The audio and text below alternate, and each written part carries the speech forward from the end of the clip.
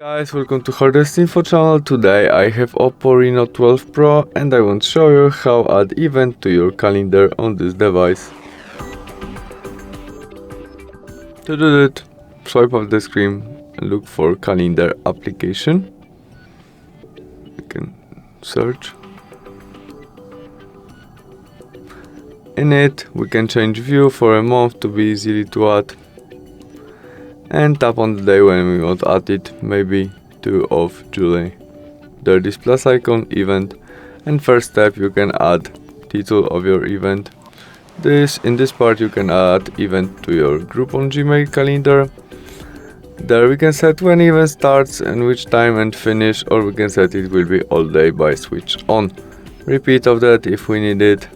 You can add this event to people calendar. You can make video conference when event starts. There we can set location of that notification, and you can add more than one notification. You can change color which you see in your calendar as modification for this event, description and attachment.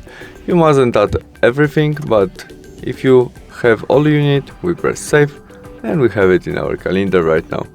Thanks for watching, see you soon, bye!